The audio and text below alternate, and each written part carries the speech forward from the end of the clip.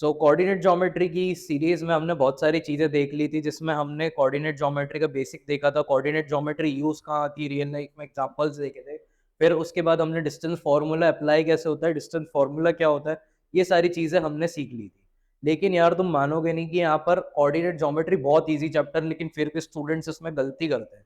क्यों? क्योंकि यहाँ पर कोऑर्डिनेट सही लिखने होते हैं। अब कोऑर्डिनेट्स यहाँ पर हड़बड़ाहट में बच्चे क्या करते हैं कि भाई x1 x2 की वैल्यू है तो x1 की जगह x2 की वैल्यू रख दी, x2 की जगह x1 की वैल्यू रख दी। तो यहाँ पर मैं आपको ये बोलता हूँ कि भाई अगर आपने मेरा ये पूरा वीडियो देखा तो इस चैप्टर को इतना ईजी बना दूंगा कि फिर कभी वापस से कहीं और सीखने की जरूरत नहीं पड़ेगी। लेकिन बस शर्त यह है कि आपको ये चैप्टर, ये लेक्चर पूरा देखना पड़ेगा एंड तक, ये वीडियो पूरा देखना पड़ेगा एंड तक। तो बिना किसी देरी के चलिए शुरू करते हैं हम हमारा ये लेक्चर। जैसा कि हमने पिछले वीडियोस में एनसीईआरटी के कुछ क्वेश्चन स्टार्ट कर दिए थे, वहां पर हमने डिस्टेंस फॉर्मूला अप्लाई किया था, दो कोऑर्डिनेट्स के बीच में डिस्टेंस फाइंड आउट करने का हमने सीखा था, ठीक है। फिर उसके बाद हमने कोलिनियरिटी देखी थी कि भाई कोई भी अगर पॉइंट्स है तो वो कोलिनियर है या नहीं है, वो कैसे पता करेंगे, वो हमने क्वेश्चन देखा। फिर नेक्स्ट क्वेश्चन हमने देखा था कि आइसोसेलेस ट्रायंगल के वर्टाइसेस है या नहीं है, उन्हें वेरीफाई किया था, ठीक है। उसी तरह का अब हमारा नेक्स्ट एक क्वेश्चन है, इंपॉर्टेंट क्वेश्चन, कि आपको यहाँ पर कुछ कोऑर्डिनेट्स दिए होते हैं। ये कोऑर्डिनेट्स मैं आपको यहाँ पर बोर्ड पर मेंशन कर देता हूँ। तो हमें इन कोऑर्डिनेट्स को देखकर ये बताना होता है कि ये किस शेप के कोऑर्डिनेट्स है। जैसे फॉर एग्जांपल -1, -2, फिर उसके बाद 1, 0, फिर -1, 2, और फोर्थ कोऑर्डिनेट दिया हुआ है हमें -3, 0। ठीक है, हमारे पास यहाँ पर ये चार कोऑर्डिनेट्स दिए हुए हैं। ऐसे ही दो पॉइंट्स और है एनसीईआरटी के, वो भी हम मेंशन कर लेते हैं पहले। तो जैसे कि सेकंड पॉइंट हमारे पास है -3, 5, फिर हमारे पास है 3, 1, थर्ड पॉइंट इसमें दिया हुआ है 0, 3, और फिर उसके बाद ये दिया हुआ है -1, -4। ठीक है, और तीसरा पॉइंट हमारे पास है 4, 5, 7, 6, फिर 4, 3, फिर लास्ट पॉइंट हमें दिया हुआ है 1, 2। ठीक है, यहाँ पर हमारे पास ये तीन पॉइंट्स हैं। इन तीन पॉइंट्स को देखकर हमें बताना है कि किस तरह का क्वाड्रिलेटरल ये पॉइंट्स फॉर्म कर रहे हैं। ठीक है, तो पहले अगर हम हमारा फर्स्ट वाला पॉइंट देखें, ठीक है, फर्स्ट वाले पॉइंट में जैसे कि हमें कुछ कोऑर्डिनेट्स दिए हुए हैं, तो पहला पॉइंट हमारे पास आता है, तो उसमें हम मान लेते हैं ए कोऑर्डिनेट दिया हुआ है जो है हमारा -1, -2। ठीक है, फिर बी कोऑर्डिनेट हमें दिया हुआ है 1, 0। फिर सी हम देख लेते हैं -1, 2, और डी कोऑर्डिनेट हमारे पास आ जाता है -3, 0। ठीक है, इस तरह से हमारे पास ये चार कोऑर्डिनेट्स हमें दिए हुए हैं। अब इन चार कोऑर्डिनेट्स के बेस पे हमें ये बताना होता है कि ये कौन सा क्वाड्रिलेटरल फॉर्म कर रहा है। तो उसके लिए जैसे हमने आइसोसेलेस ट्रायंगल वगैरह के लिए सब निकाला था, तो वहां पे हमने ए बी, बी सी, सी ए, ये तीन पॉइंट्स निकाले थे। उसके बाद अब यहाँ पर चार है, तो यहाँ पर क्या हो गया, ए बी हो गया, बी सी हो गया। अब यहाँ पर सी ए की जगह क्या आ जाएगा, सी डी, और फिर अब यहाँ पर आ जाएगा डी ए। ठीक है, ये चार पॉइंट्स अब हमें फाइंड आउट करने हैं, है ना। तो अब ये चार पॉइंट्स अगर हमें फाइंड आउट करने हैं, तो अब हम यहाँ पर चारों पॉइंट्स के लिए डिस्टेंस फॉर्मूला लगाएंगे। तो पहले पॉइंट के लिए अगर हम डिस्टेंस फॉर्मूला लगाए ए बी, तो उसके लिए फॉर्मूला हो जाएगा x2 माइनस x1 का whole square plus y2 minus y1 का होल स्क्वायर। ठीक है, अब यहाँ पर अगर हम मेंशन करें वैल्यूज, तो अब यहाँ पर मुझे सिखाने की जरूरत नहीं है आपको, क्योंकि हमने पुराने वीडियोस में देख लिया x1 x2 कैसे हम समझते हैं कि कौन सा वाला x1 लेंगे, कौन सा वाला x2 लेंगे। ठीक है, अगर आपने वो वीडियो नहीं देखा तो पहले प्लीज जाकर उन वीडियोस को देखिएगा, ताकि आपको ये चीजें जल्दी से समझ आए और आपका कॉन्सेप्ट बहुत ईजी हो जाए। लेकिन फिर भी एक बार हम रिवाइज कर ही लेते हैं कि भाई अगर मुझे x1 x2 निकालना है और ए बी लिखा हुआ है, तो ए बी में जो अल्फाबेट मैंने सबसे पहले लिखा हुआ है, जैसे कि ए लिखा हुआ है, तो ए में से मेरा आएगा x1 y1, मतलब ये हो गया x1 और ये हो गया y1। और वैसे ही अगर बी पीछे लिखा हुआ है तो वहां से आएगा x2 y2। ठीक है, अब हम यहाँ पर मेंशन करते हैं सारी वैल्यूज, तो ये हो जाएगा A B is equal to √x2। x2 की वैल्यू हमारे पास है 1। ठीक है, तो ये हो गया 1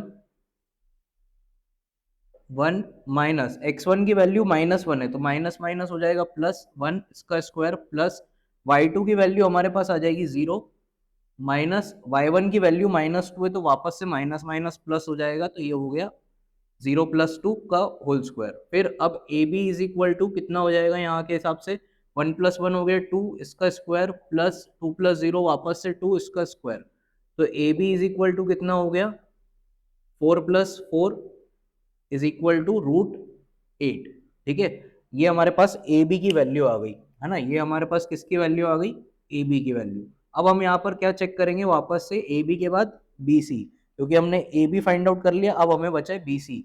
बी सी के लिए वापस से हम फॉर्मूला लगाएंगे, फॉर्मूला हो जाएगा x2 - x1 का whole square plus y2 - y1 का होल स्क्वायर। ठीक है, अब यहाँ पर वापस से वही सेम, अगर हमने बी सी लिखा है और बी आगे लिखा है तो अब क्या होगा हमारे पास x1 y1 यहाँ से आ जाएंगे। ठीक है, x1 y1 बी में से आ जाएंगे और सी पीछे लिखा है तो x2 y2 सी में से आ जाएंगे। ठीक है, ये हो गया। अब यहाँ पर वैल्यूज मेंशन करते हैं तो क्या हो जाएगा B C is equal to √x2।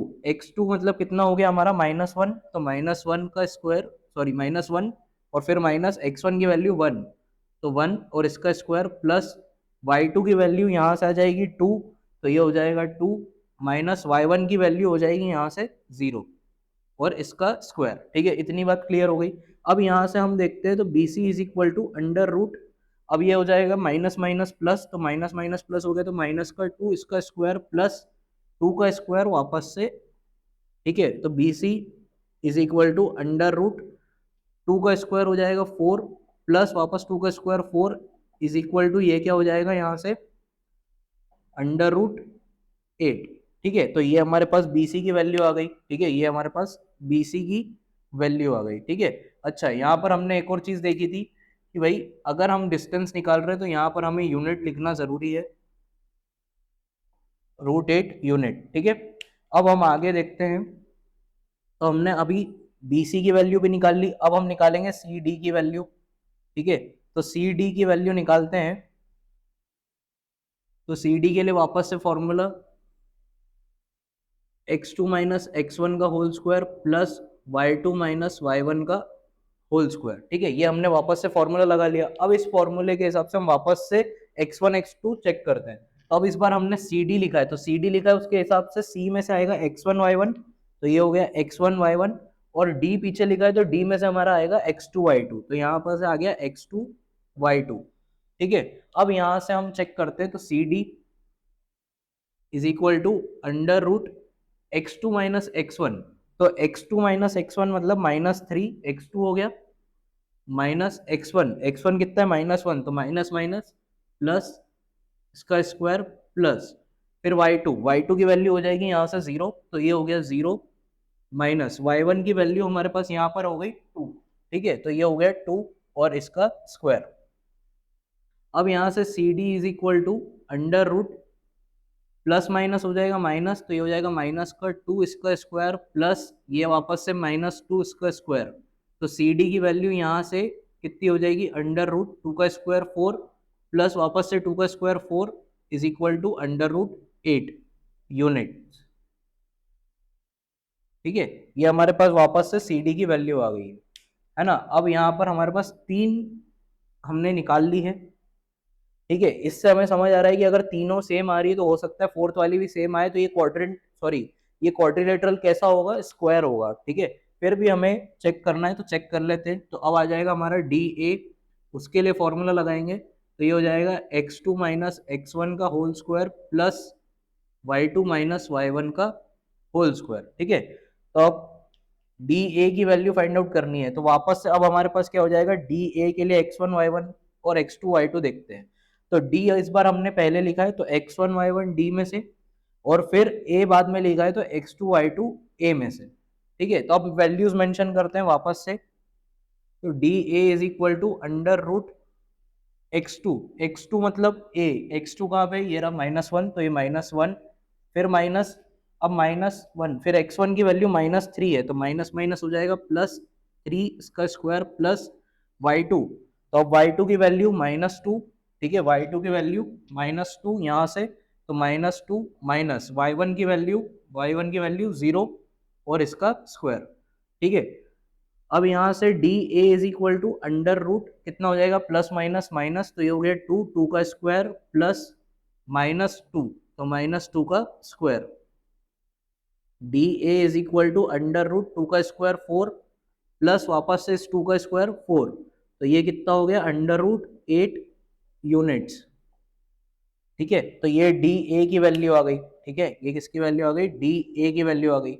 अब यहाँ पर हम क्या लिख देंगे कि भाई A B is equal to B C is equal to C D is equal to D ए।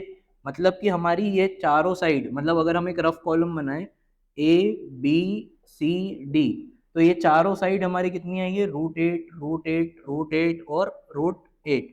ठीक है, तो जब ऐसा कोई फिगर बनता है जिसमें चारों साइड इक्वल होती है तो वो क्वाड्रिलेटरल कौन सा होता है, स्क्वायर। तो इट इज अ स्क्वायर, ये हमारा आंसर हो जाएगा। ठीक है, तो आप जल्दी से वीडियो को पॉज करके इसे नोट कर लीजिए। सो अब जिस तरह से हमने ये वाला क्वाड्रिलेटरल फाइंड आउट करा है डिस्टेंस फॉर्मूला की हेल्प से, वैसे ही अब ये दो क्वेश्चन जो 2 पॉइंट बाकी के हैं ये आप खुद से ट्राई कीजिएगा। और अगर कोई भी डाउट आता है तो आप हमें डीएम कर सकते हैं या फिर कमेंट सेक्शन में पूछ सकते हैं। पर जब तक के लिए आप ये वाले क्वेश्चन सॉल्व कीजिए खुद से, और बाकी जो हमने चैप्टर पढ़ लिए और पहले के भी जो चैप्टर्स है जो हम यहाँ पर प्लेलिस्ट में मेंशन कर देंगे, तो उसमें से भी अगर आपको कोई डाउट आता है तो उसमें भी आप कमेंट सेक्शन में पूछ सकते हैं।